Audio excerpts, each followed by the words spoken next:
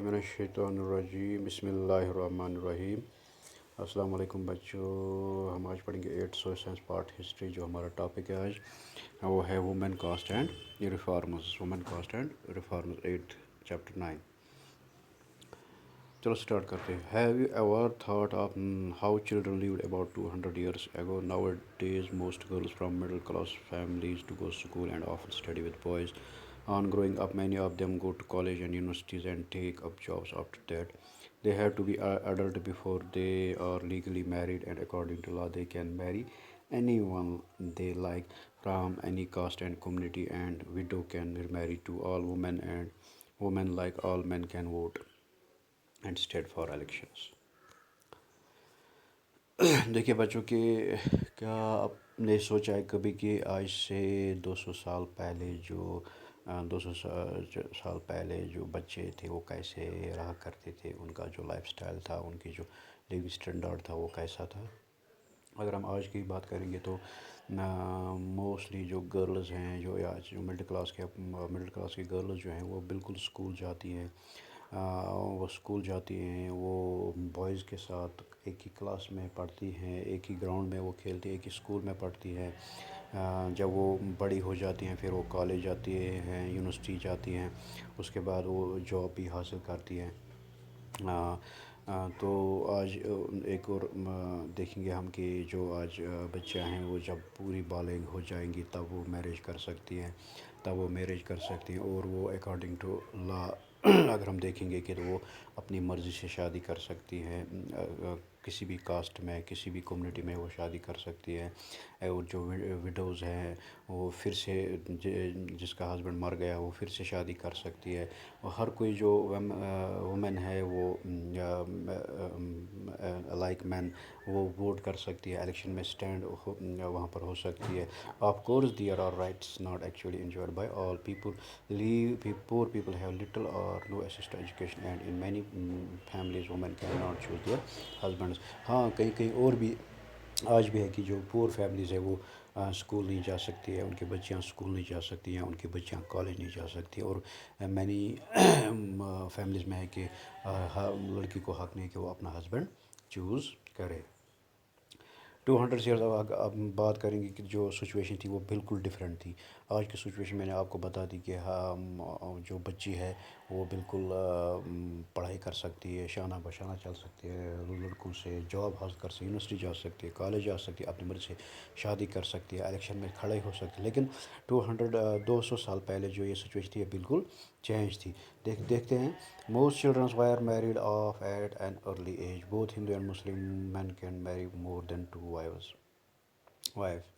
ہم اگر دیکھیں گے کہ جو چلڈرن ہیں آج سے 2 سال پہلے بچوں کی ان کی ارلی ایج میں شادی ہوتی تھی، ان کی 8-10 سال کے ہوئے بچے تو چاہے وہ مسلم ہو یا ہندو ہو اس کی ارلی ایج میں شادی ہوتی تھی۔ تو آج سے 200 سال پہلے ہم دیکھیں گے کہ ایک جو آدمی ہے چاہے وہ مسلم ہو یا ہندو ہو وہ ایک سے زیادہ اپنی بیوی رکھ سکتا تھا۔ In some parts the widows were praised if choose death by burning themselves on the funeral prayer of their husband.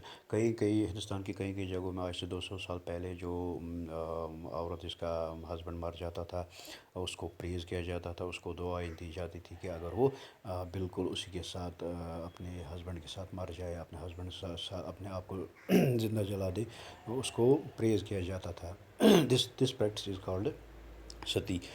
ہم اس پریکٹس کو کہتے ہیں کہ جو ہندو مذہب میں ہسبینڈ مر جاتا تھا کسی کا تو اس کے ساتھ وہ اسی کی چتا میں اس کی بیوی بھی جل جاتی تھی۔ تو یہ ایک ہم کہیں گے کہ ورچوس وومن جو تھی، ہم کہہ سکتے ہیں وومن جو رائٹ جو پراپرٹی تھی وہ بالکل ریسٹرکٹ تھی۔ جیسے آج وومن رائٹ جو پراپرٹی ہے اس کا پورا حق ہے، اس کا شرعی طور بھی حق ہے، اور اس کا قانون بھی حق دیتا ہے کہ وہ پراپرٹی اپنی باپ کی جو پراپرٹی ہے وہ اس کو استعمال کر سکتی ہے، وہ اپنے پاس رکھ سکتی ہے۔ لیکن آج سے 200 سال پہلے ایسا کچھ بھی نہیں تھا۔ Besides, most women had virtually no access to education in many parts of the country. People believed that if a woman was educated, she would become a widow. اگر ہم دیکھیں گے کہ آج سے 200 سال پہلے بہت سارے جو آلموسٹ سب جو لڑکیاں تھیں ان کو پڑھایا نہیں جاتا تھا۔ کچھ کنٹری کے کچھ پارٹس میں یہ مانا جاتا تھا کہ اگر کوئی وومن اگر کوئی گرل جو پڑھائی کرے اسکول جائے یا کالج جائے تو وہ بالکل وڈو بن سکتی ہے، اس کا ہسبینڈ مر سکتا ہے. تو difference between men and women were not the only ones in the society. In most regions people were divided along the lines of the caste. اگر ہم دیکھیں گے کہ وہاں پر ڈفرینس بالکل یہ نہیں تھی کہ مین اینڈ وومن کی، عورت اور مرد کی ڈفرینس نہیں تھی. تو بہت ساری جو سوسائٹیز ہیں وہاں پر بہت سارے ریجنز جو ہیں وہ بالکل ڈیوائڈ کیے تھے، لائن آف کاسٹ پہ وہ ڈیوائڈ کیے گئے تھے. جیسے برہمن شتریاز وہ اپنے آپ کو اپر کاسٹ سمجھتے تھے. ادر کاسٹ جیسے ٹریڈرز اینڈ منی لینڈرز جس کو ہم کہتے ہیں ویشیاز کہتے ہیں تو وہ سیکنڈ نمبر پہ اپنے آپ کو رکھتے تھے. تو تھرڈ نمبر پہ وہاں پر جو پیزنٹس یا آرٹیزنس تھے، ویورس یا پورٹرس تھے وہ اپنے آپ کو تھرڈ نمبر پہ سدھرا رکھتے. لیکن جو لاسٹ لور رینک جو تھا کاسٹ کا دیٹ واز ہم کہیں گے کہ ان کو کہتے ہیں انٹچیبلز. ان کو بالکل صفائی ستھرائی کے لیے رکھا گیا تھا. ان کو اس ان کو ویل سے پانی نہیں نکالنے دیا جاتا تھا جہاں پر اپر کاسٹ نکالتے تھے. ان کو اس راستے سے نہیں نکالنا ہوتا تھا جہاں سے اپر کاسٹ جاتے تھے، یا وہ ٹیمپل انٹری ان کی نہیں ہوتی تھی جہاں پر اپر کاسٹ ٹیمپل انٹری کرتے تھے.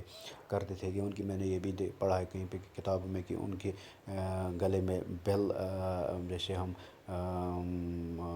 چھوٹے چھوٹے بیل جو ہوتے ہیں یا کچھ ہمارے چارپائی جو ہوتے ہیں ان کو ہم بیل رکھتے ہیں، تو ویسے ان کو بھی بیل رکھی گئی تھی گلے میں کہ جیسے وہ چلتے ہوں گے وہاں سے آواز آتی ہوگی بیل کی. تو یہ لوگ جو اپر کاسٹ کے لوگ تھے اپنے آپ کو اپر کاسٹ کے کہہ رہے تھے، وہ سائڈ میں رہے، اس راستے سے نہ گزرے. وہ بالکل یہ کر رہے تھے کہ وہ پولوٹنگ کاسٹ ہے، ان کو کنسیڈر کر رہے تھے یہ پولوٹنگ لوگ ہیں، یا ہم انٹچیبل ہے.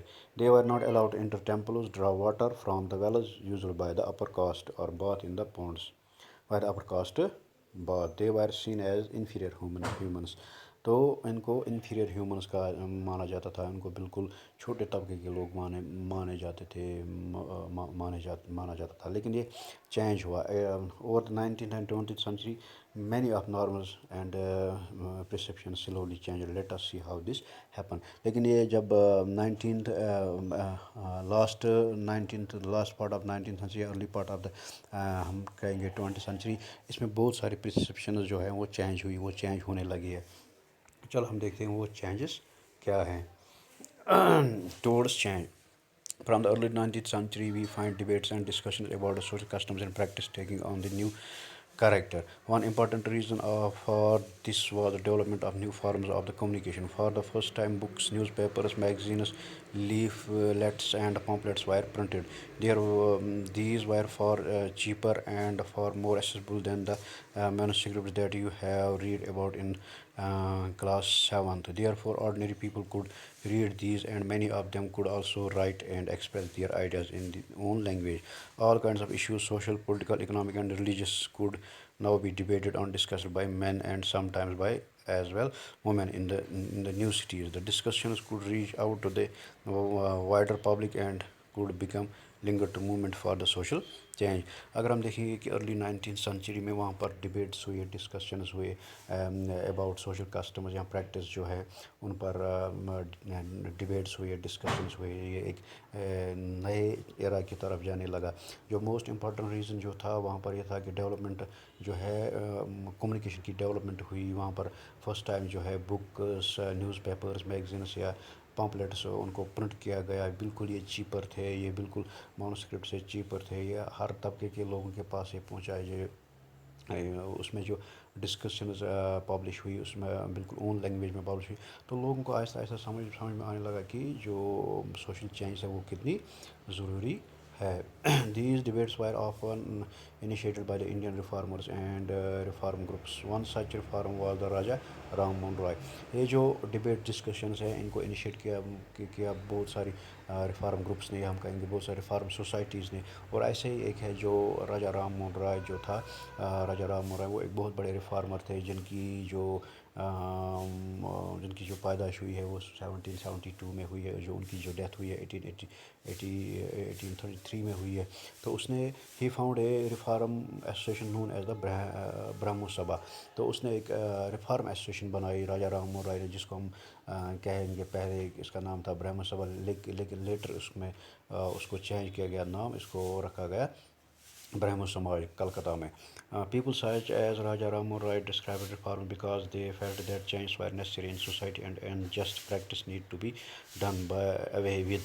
They thought that the best way to ensure such changes was by persuading people to give up old practice and adopt a new way of life. تو ایسے لوگ جو تھے، بہت سارے لوگ تھے جیسے راجا رام موہن رائے، انہوں نے ڈسکرائب کیا ان کو، ریفارم کو کیا ڈسکرائب. انہوں نے فیل کہ جو انجسٹس، یا ہم کہیں گے کہ جو اولڈ پریکٹس ہیں، جو آرتھوڈاکس پریکٹس ہیں ہماری سوسائٹی میں، ان کو چینج ہونا چاہیے. اور یہ بالکل یہ سمجھتے کہ یہ بیسٹ وے ہے کہ اگر ہم چینج لائیں گے سوسائٹی میں، پیپلز کو اولڈ پریکٹس کو گیو اپ کریں گے، اور نیو جو پریکٹس ہیں، جو نئی جو وے آف لائف ہے اس کو اڈاپٹ کریں گے. Raja Ram Mohan Roy was keen to spread the knowledge of western education in the country and bring about a greater freedom and equality for women. He wrote about the way many women were forced to bear the burden of the domestic work, confined to the home and the kitchen, and not allowed to move out and become educated.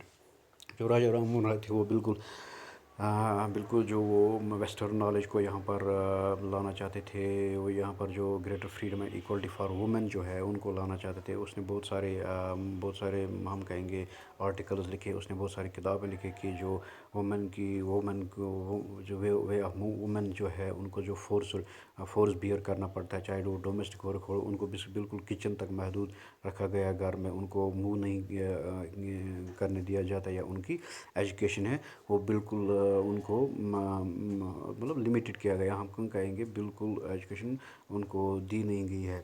تو انشاءاللہ کل ہم دیکھیں گے بچوں کی جو نئے جو ریفارمز جو ہیں راجا رام موہن رائے نے کیسے ان کو سوسائٹی میں لایا، اور کن کن لوگوں نے ان کو سپورٹ کیا. انشاءاللہ وہ ہم کل دیکھیں گے. خدا حافظ.